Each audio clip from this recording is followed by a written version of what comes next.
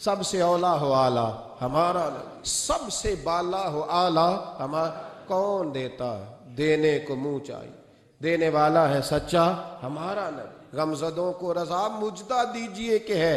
بے کسوں کا سہارا ہمارا نبی کریم سید عالم صلی اللہ علیہ وسلم دائیں بائیں آگے پیچھے خیال رکھتے کس کو کس وقت کس انداز میں کتنی حاجت ہے۔ حضرت مقداد حضور کے غلام ہیں،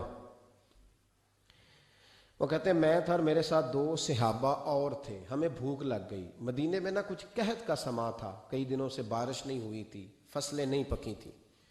فرماتے ہیں بھوک نے بڑا ستایا۔ ہمارا یہ طریقہ تھا کہ جب ہمیں شدید بھوک لگتی تھی تو ہم کسی صحابی سے کوئی مسئلہ شرعی مسئلہ دریافت کرتے تھے۔ یہ اب جا کے ہر قاری صاحب پہ ہر امام صاحب پہ فٹ نہ کر دینا بات، آپ باتیں سنتے ہیں پھر ترجمے اپنی مرضی کے کرتے ہیں، جا کے ہر مولوی صاحب پہ فٹ نہ کر دینا۔ کہتے جب مسئلہ پوچھتے تھے نا کسی صحابی سے تو پہلے روٹی کھلاتا تھا پھر مسئلہ بتاتا تھا۔ اب میں پہلا وضاحت کر لی یہ گل کی آپ، اس لیے میں نے اگلی بات بعد میں کی ہے، کیونکہ آپ نے اسی حساب سے روٹی کھلانی ہے نا جس حساب سے اپنے امام کو تنخواہ دیتے ہو، اسی حساب سے روٹی کھانی ہے نا اس بیچارے۔ تو فرمانے لگے کہ جب نہ ہم کسی شخص سے کسی صحابی سے مسئلہ پوچھتے نا تو پہلے وہ، اس لیے یہ جو آستانوں پہ لنگر ہوتا ہے، یہ جو بزرگان دین خانقاہوں پہ لنگر رکھتے ہیں، یہ صحابہ کا طریقہ ہے کہ جس کو دین بتایا جاتا تھا اسے پھر لنگر بھی کھلایا جاتا ہے۔ بہت سارے لوگ اس کا مذاق اڑاتے ہیں کہ یہ کیا ہے، بھئی یہ رسول اللہ کی سنت ہے، صلی اللہ ہو، پڑھیے درود صلی اللہ ہو، چلے جنہوں نے پہلے نہیں پڑھا وہ بھی شامل ہو جائے، پڑھے صلی اللہ تعالی علیہ وسلم۔ فرماتے ہیں اس دن بڑی بھوک لگی، 3 دوست تھے ہم، 3 صحابہ تھے، ہم نے حضرت ابوبکر صدیق کو گلی میں کھڑا کر لیا۔ سب صحابہ کے حالات کچھ نہ کچھ ان دنوں میں نا ٹائٹ تھے، کمزوری تھی، چونکہ فصلیں نہیں تھی، بارشیں نہیں تھی۔ ابوبکر ایک مسئلہ پوچھنا ہے، کہتے کھڑے کھڑے جناب صدیق اکبر نے کہا پوچھو، پہلے روٹی بھی ساتھ پوچھتے تھے، کہنے لگے چلو پوچھو، کہتے مسئلہ پوچھا اور بتا کے رخصت ہو گئے۔ پھر ہم نے حضرت عمر سے پوچھا، انہوں نے بھی سوال کا جواب دیا پر کھانا نہ پوچھا۔ پھر 2-3 اور لوگوں کو ہم نے ٹٹولا، لیکن اس دن سب نے مسئلہ ہی بتایا،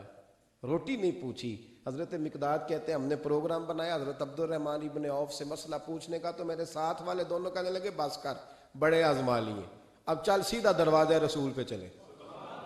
اب مسئلہ پوچھنا ہے تو ان سے پوچھنا جن سے سن کے ساری دنیا مسئلے بتاتی ہے، انہی سے پوچھتے ہیں، ڈائریکٹ چلتے ہیں۔ کہتے ہیں ہم آئے مسجد نبی میں، حضور بیٹھے تھے،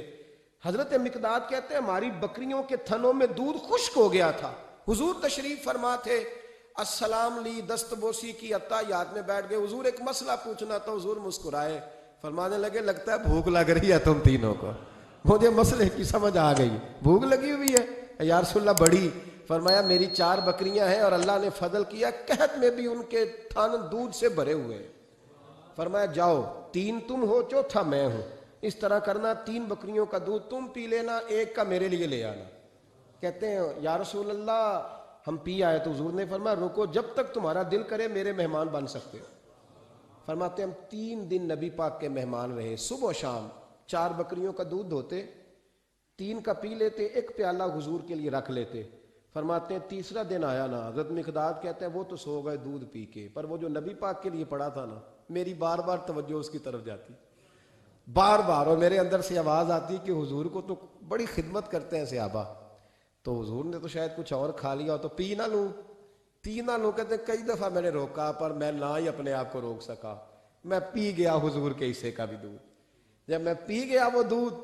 کہتے ہیں اب پینے کے بعد جو پریشانی ہوئی وہ زیادہ تھی، دل میں خیال آیا اگر حضور ناراض ہو گئے کہ بھئی تمہیں تمہارے حصے کا دودھ دیا تھا اور مسلسل 3 دن سے مل رہا ہے پھر کیوں پیا، اور حضور ناراض ہو گئے تو گرا جو ان کی نگاہ سے وہ سنبھل نہیں سکتا۔ فرمانے لگے اسی پریشانی میں میں تھا کہ حضور آ گئے، اب تو میرا وجود کانپنے لگا، سرکار سیدھے اس پیالے کی جانب گئے جس میں دودھ ہوتا تھا۔ فرماتے ہیں نبی پاک نے نہ اٹھایا کپڑا، اٹھایا برتن، دودھ نہیں تھا، حضور نے پوچھا نہیں کون پی گیا، بلکہ نبی پاک نے ہاتھ اٹھایا کہ اللہم اطعم من اطعمنی واسقی من سقانی، یا اللہ جو مجھے کھلائے تو اسے کھلا، جو مجھے پلائے تو اسے پلا۔ حضرت مقداد کہتے ہیں میں نے کہا اوہو یہ تو بڑی قیمتی دعا مل رہی ہے، بکریاں میری جو بکریاں تھی وہ تو پہلے نہیں دودھ دے رہی، تھنوں میں دودھ خشک ہے، اور اتنی بڑی دعا کہ جو کھلائے اسے کھلا، جو پلائے اسے پلا۔ نبی کریم علیہ السلام کی دعا سنی تو کہتا میں بستر کے اندر منہ دیا ہوا تھا، جھٹ سے میں نے کپڑا اتارا، چھری پکڑی اور اپنے باڑے میں چلا گیا کہ ایک بکری ذبح کر کے لاتا ہوں، حضور کو کھلاتا ہوں تاکہ یہ دعا مجھے مل جائے کہ یا اللہ جو مجھے کھلائے تو اسے کھلا۔ فرماتے ہیں میں بکریوں کے باڑے میں گیا، جن بکریوں کو کئی دن ہو گئے تھے دودھ نہیں دیا تھا، جیسے ہی میں نے چراغ جلایا میں حیران ہو گیا کہ سب کے تھن دودھ سے بھرے ہوئے۔ کہتے میں نے 3-4 بکریوں کا دودھ دھویا، برتن میں بھرا، محبوب کی بارگاہ میں لایا۔ کہتے ہیں حضور نے خوش ہو کے پیا۔ جب پی لیا نا نبی کریم نے تو حضور فرمانے لگے چل میں نے تیرا لایا پی لیا، اب یہ بتا میرا کس نے دیا تھا۔ اب وہ والی بات کرنا جس کے گچھے سے لچھے جڑے نور کے، ان ستاروں کی نزہت پہ لاکھوں سلام، ان کے خطبے کی ہیبت پہ کروڑوں درود، ان کی باتوں کی لذت پہ لاکھوں سلام، جس کی تسکین سے روتے ہوئے ہنس پڑے، اس تبسم کی عادت پہ فرمایا بتا میرے والا کس نے پیا؟ کہا یا رسول اللہ بڑا روکا اپنے آپ کو، پر محبوبت آپ کی بکریوں کے دودھ کی لذت ہی کیا ہے، حضور نہیں روک سکا۔ تو محبوب کریم فرمانے لگے اچھا اکیلے پی گئے ہو، جا پھر دودھ بھی تو میرا پی گیا ہے، اور میں تیرے لیے پھر دعا کرتا ہوں کہ یا اللہ اس نے مجھے پلایا تو اسے پلا، اس نے مجھے کھلایا تو اسے کھلا۔ نبی کریم ہر اس شخص کا خیال رکھتے جو بھوکا ہوتا، جو پیاسا ہوتا، جو کمزور ہوتا، تھوڑا تھوڑا دائیں بائیں دیکھ، یہ حضور کی سیرت کا بہت بڑا پہلو ہے، تھوڑا تھوڑا دائیں بائیں آگے پیچھے ضرور دے۔ یقیناً جب آپ کسی کے کام آتے ہیں تو آپ کو آزمائش سے گزرنا پڑتا ہے، یقیناً میں نے اپنے دور میں یہ منظر دیکھا ہے، اگر آپ ہاتھ پھیلا رہے ہیں تو آپ مانگنے والے ہیں، اور اگر آپ ہاتھ نہیں پھیلا رہے تو لوگ کہتے ہیں پتہ نہیں کوئی تو چکر ہوگا، اگر آپ سوال نہیں کر رہے تو پھر لوگ کہتے ہیں کوئی تو ایسا کھاتا ہوگا جہاں سے دولت، یعنی کوئی ایسی سمت نہیں جہاں آپ محفوظ رہ سکیں، آپ کو دونوں جانب سے لوگ گھیریں گے، دونوں جانب سے۔ جب آپ کسی کے کام آئیں گے، جب آپ کسی تک پہنچیں گے، جب آپ کسی کو، اور میں نے یہ بھی دیکھا ہے، میں ساری ذمہ تقدم کے طور پہ آپ کو سمجھا رہا ہوں، آپ نے کسی شخص کی مدد کر دی نا، آپ نے مدد کی تو وہ بھی کئی دفعہ بدگمان ہوتا ہے کہ اس کے پاس بڑا کچھ تھا تبھی تو مدد کی نا اس نے، حالانکہ آپ نے ان باتوں پہ غور نہیں کرنا، یہ ساری چیزیں آئیں گی، کیونکہ اگر کسی شخص کی بری عادت کی وجہ سے آپ اپنی اچھی چھوڑ دیں گے تو پھر آپ کا نقصان ہوگا، اس کا نقصان۔ نبی پاک کے اخلاق یہی ہیں کہ سامنے والا جو مرضی کرے، ہم نے وہ کرنا جس کا درس ہمارے نبی نے ہمیں دیا ہے،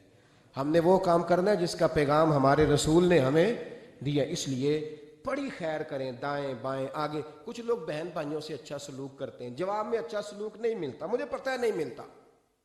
تو آپ یہ بتائیں کہ ان کے ساتھ اچھا سلوک اللہ کو راضی کرنے کے لیے کیا تھا یا جواب لینے کے لیے کیا تھا؟